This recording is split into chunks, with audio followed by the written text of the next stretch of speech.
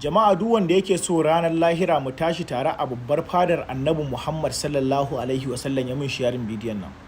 Ina haɗa ku da girman Allah da girman Annabi Muhammadu sallallahu alaihi wasallam, duk wanda ya ga bidiyon nan in dai dan uwa musulmi ne kuma yana son ci gaban addinin shi na musulunci ya mun sharing. Jama'a assalamu alaikum. Ina roƙon wannan alfarma ne saboda duk waɗanda suka san sun taimaka da kuɗi a accounts ɗinmu saboda a taimaki addinin Allah, a ci gaba da shiga daji ana yada kalmar Allah, ana musuluntar da mutane. To ina so su ga abin da muke da su, kuma ina so su ga inda muka kai kudin su. Dan soyayya da muke wafiyayyen halitta, duk wanda ya ga bidiyon nan in dan TikTok ne ya mun sharing ko ya mun liking, ya mana comment da cewa duk wanda ya taimaka Allah ya saka da alkhairi ko amin ne gace. Jama'a ku tsaya ku ga inda na kai kudaden da kuka tura dan a taimaki bayan Allah da suke musulunta. Assalamu alaikum wa rahmatullahi ta'ala wa barakatuhu. Jama'a barkanku da wannan lokaci, game da kuka sani suna na Aminu Jeta. Yau akalla kwanaki kusan 4 zuwa 5 da muka yi posting muka ce muna neman taimako dangane da bawan Allah nan da yake matukar kokari wajen musuluntar da mutane. So amma akan kari ba ku ga mun kawo muku feedback din mai faru ba, ko in ce update, sakamakon bani da lafiya za ku ga da haka ma da abin ruwa a hannuna. Amma dai muka ce bari mu tattaki mu zo Kaduna, kamar yadda al'umma suka wakilce mu, muka wakilci al'umma, suka ba da kuɗi, suka ce gashi a sai abubuwan da za a zo a ci gaba da rabawa bayan Allah wa'anda suka musulunta, saboda su gane cewa addinin musulunci addini ne da yake nuna soyayya da kuma kulawa, addini ne kuma da yake taimako, saboda fahimtar da su wane ne Allah waye annabi. Muka ce to bari mu tattaki mu zo. Alhamdulillah duk wanda ya san ya tura kuɗi a akantun mu dan a sayi wani abu a bawa wannan bawan Allah da yake kokari wajen musuluntar da mutane, to ga sako ya iso mun kawo. Alhamdulillah kamar yadda kuke gani gashi nan ga takardu wayannan littattafan da kuke gani mun fashe su akalla kuɗi 450 iya takardun, banda wayannan kayan da kuke gani ga sunan, ga takalma, ga zani, ga kayan maza, ga sunan da sauransu.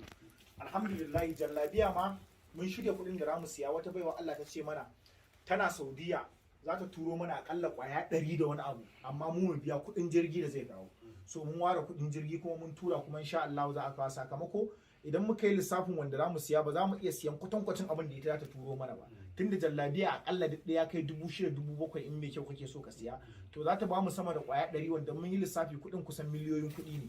Sai muka yi amfani da kuɗin muka tura, za a turo mana. So alhamdulillah gashi sako ya iso gare shi kamar yadda kuke gani.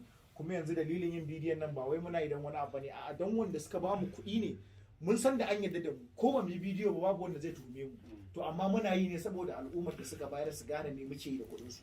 So malam salamu alaikum. Wa alaikum salam. Da fatan mun same ku lafiya. Alhamdulillah. To masha Allah. Mun matukar murna sosai. To masha Allah. Allah ya saka maka da mafificin alheri a duniya da kuma lahira. Amin dan amin. Wa'inda suka ba da gudunmawa, Allah tabaraka wa ta'ala ya ba su lada mai yawa. Amin. Ya ba su ladan masu musuluntan dukka da za mu samu. Amin dan amin. Manzon Allah sallallahu alaihi wasallam ya ce la an yahdi Allahu bika rajulun wahidan khairul laka min umarin ni'am. Allah ya shirya da mutum ɗaya ta kokarinka, ta gudunmawanka, ta duk wani abin da ka bada ya fi alheri da a baka Lamborghini guda 100. Allahu akbar.